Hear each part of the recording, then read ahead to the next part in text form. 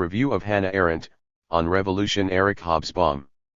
The phenomenon of social revolution is one with which all of us have to come to terms in a century which has seen more and greater revolutions than any other in recorded history.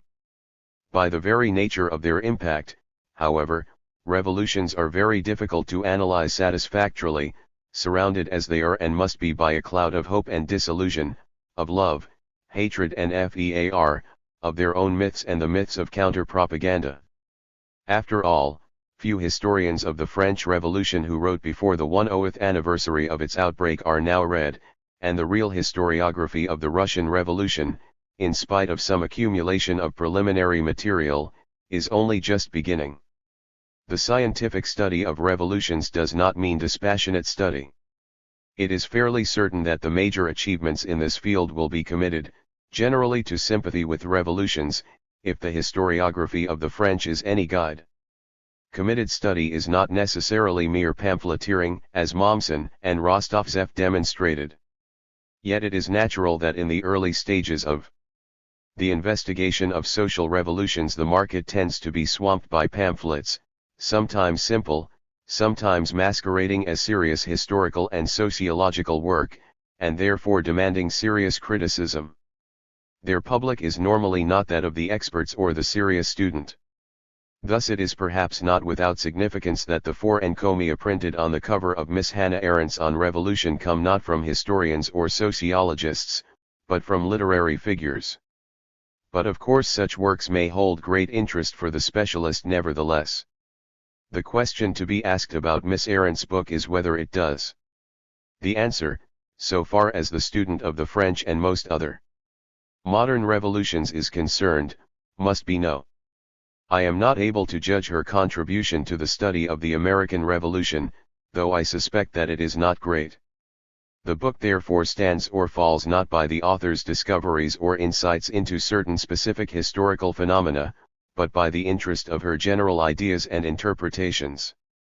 However, since these are not based on an adequate study of the subject matter they purport to interpret, and indeed appear almost to exclude such a study by their very method, they cannot be firmly grounded. She has merits, and they are not negligible, a lucid style, sometimes carried away by intellectual rhetoric, but always transparent enough to allow us to recognize the genuine passion of the writer, a strong intelligence, wide reading, and the power of occasional piercing insight, though of a sort better suited, it may seem, to the vague terrain which lies between literature, psychology, and what, for want of a better word, is best called social prophecy, than to the social sciences as at present constructed.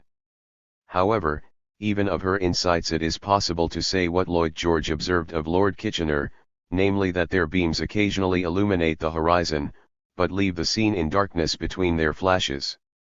The first difficulty encountered by the historian or sociological student of revolutions in Miss Arendt is a certain metaphysical and normative quality of her thought, which goes well with the sometimes quite explicit old-fashioned philosophical idealism. She does not take her revolutions as they come, but constructs herself an ideal type, defining her subject matter accordingly, excluding what does not measure up to her specifications. We may also observe in passing that she excludes everything outside the classical zone of Western Europe and the North Atlantic, for her book contains not even a passing reference to, the examples spring to mind, China or Cuba, nor could she have made certain statements if she had given any thought to them. Her revolution is a wholesale political change in which men are conscious of introducing an entirely new epoch in human history, including the abolition of poverty and expressed in terms of a secular ideology. Its subject matter is the emergence of freedom as defined by the author. Part of this definition allows her, after a brief bout of shadow boxing, to exclude all revolutions and revolutionary movements before 1776 from the discussion, though at the price of making a serious study of the actual phenomenon of revolution impossible. The remainder allows her to proceed to the major part of her subject, an extended comparison between the American and French revolutions, to the great advantage of the former. The latter is taken as the paradigm of all subsequent revolutions, though it seems that Miss Arendt has in mind chiefly the Russian Revolution of 1917. The freedom which revolutions exist to institute is essentially a political concept. Though not too clearly defined, it emerges gradually in the course of the author's discussion.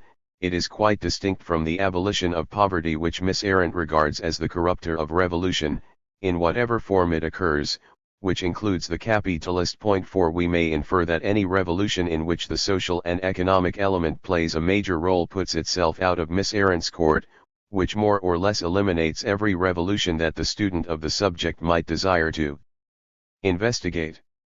We may further infer that, with the partial exception of the American Revolution which, as she argues, was lucky enough to break out in a country without very poor free inhabitants, no revolution was or could have been able to institute freedom, and even in 18th century America slavery placed it in an insoluble dilemma. The revolution could not institute freedom without abolishing slavery, but, on Miss Arendt's argument, it could not have done so either if it had abolished it. The basic trouble about revolutions, in other words, her own, is therefore this: though the whole record of past revolutions demonstrates beyond doubt that every attempt so solve the social question with political means leads into terror, and that it is terror which sends revolutions to their doom, it can hardly be denied that to avoid this fatal mistake is almost impossible when a revolution breaks out under conditions of mass poverty.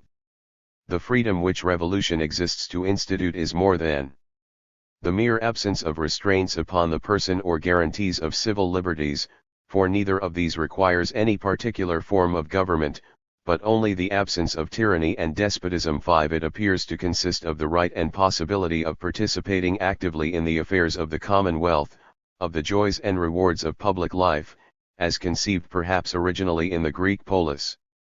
However, though here the author's argument must be reconstructed rather than followed, public freedom in this sense remains a dream, even though the fathers of the American Constitution were wise enough, and untroubled enough by the poor, to institute a government which was reasonably secure against despotism and tyranny.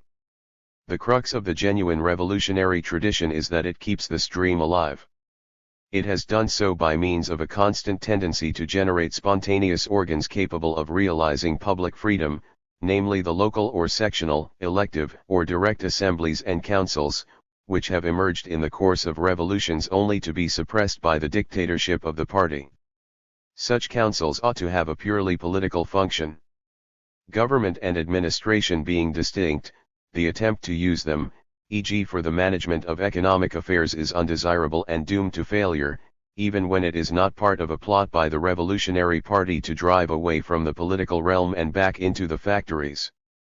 I am unable to discover Miss Arendt's views as to who is to conduct the administration of things in the public interest, such as the economy, or how it is to be conducted. Miss Arendt's argument tells us much about the kind of government which she finds congenial, and even more about her state of mind. Its merits as a general statement about political ideals are not at issue here.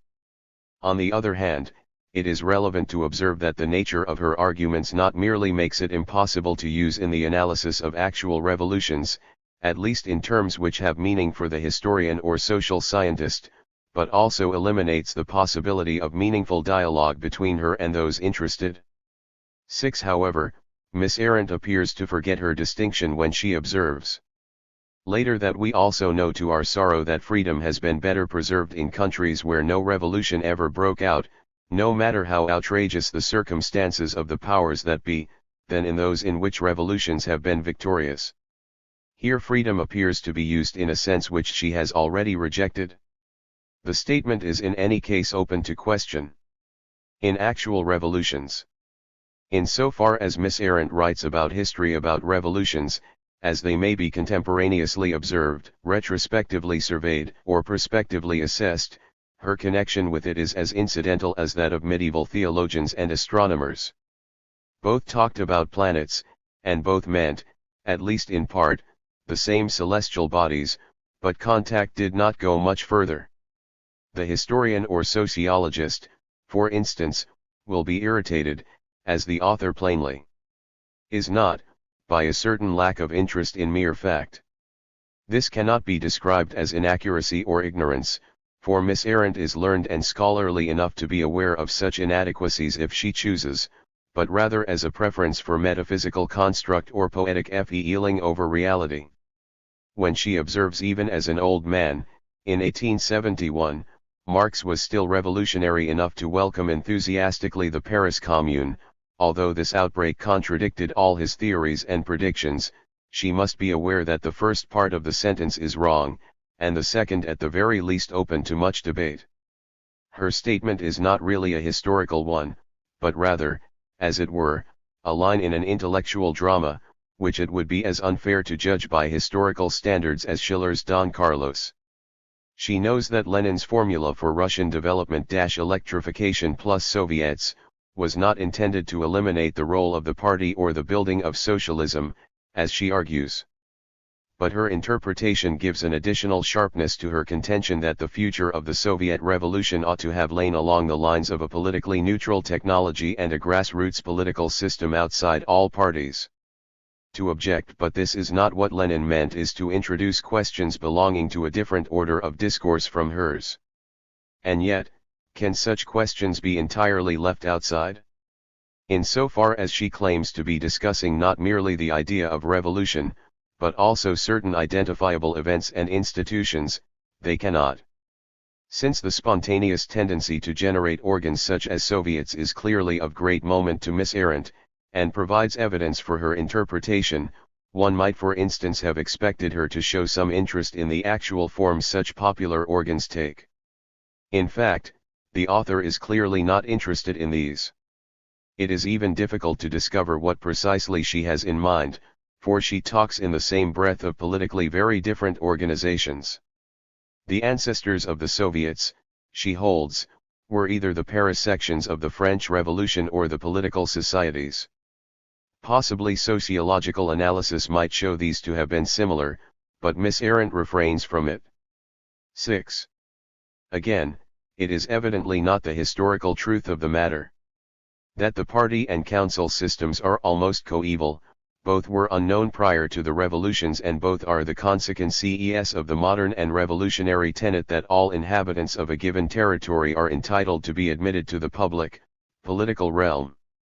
Even granted that the second half of the statement is tenable, the first half is not. Councils, even in the form of elected delegations, are so obvious a political device in communities above a certain size, that they considerably antedate political parties, which at least in the usual sense of the term, far from obvious institutions. Councils as revolutionary institutions are familiar long before 1776, when Miss Arendt's revolutions begin, as for instance in the General Soviet of the New Model Army, in the committees of 16th-century France and the Low Countries, or for that matter in medieval city politics.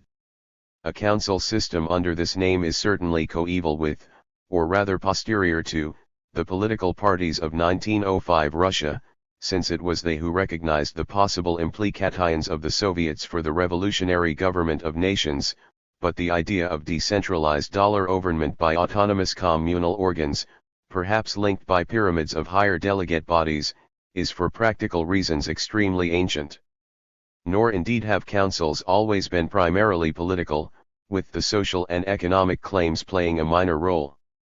They were not, because Russian workers and peasants did not, and indeed on Miss Arendt's argument could not, make a sharp distinction between politics and economics. Moreover, the original Russian workers' councils, like those of the British and German shop stewards in the First World War or the trades councils which sometimes took over quasi-Soviet functions in big strikes, were the products of trade union and strike organization, that is, if a distinction can be made, of activities which were economic rather than political. In the third place, she is wrong because the immediate tendency of the effective, that is, urban, Soviets in 1917 was to turn themselves into organs of administration, in successful rivalry with municipalities, and as such, quite evidently, to go beyond the field of political deliberation. Indeed, it was this capacity of the Soviets to become organs of execution as well as of debate which suggested to political thinkers that they might be the basis for a new political system. But more than this, the suggestion that such demands as workers' control are in some sense a deviation from the spontaneous line of evolution of councils and similar bodies simply will not bear examination. The mine for the miners, the factory for the workers, in other words, the demand for cooperative democratic instead of capitalist production, goes back to the earliest stages of the labor movement. It has remained an important element in spontaneous popular thought ever since, a fact which does not oblige us to consider it as other than utopian. In the history of grassroots democracy, cooperation in communal units and its apotheosis the cooperative commonwealth play a crucial part. There is thus practically no point at which Miss Arendt's discussion of what she regards as the crucial institution of the revolutionary tradition touches the actual historical phenomena she purports to describe, an institution on the basis of which she generalizes. And the student of revolutions, whether historian, sociologist, or for that matter analyst of political systems and institutions, will be equally baffled by the remainder of her book. Her acute mind sometimes throws light on literature, including the classical literature of political theory. She has considerable perception about the psychological motives and mechanisms of individuals. Her discussion of Robespierre, for instance, may be read with profit, and she has occasional flashes of insight, that is to say, she sometimes makes statements which, while not particularly well founded on evidence or argument, strike the reader as true and illuminating. But that is all. And it is not enough. There are doubtless readers who will find Miss Arendt's book interesting and profitable. The historical or sociological student of revolutions is unlikely to be among them.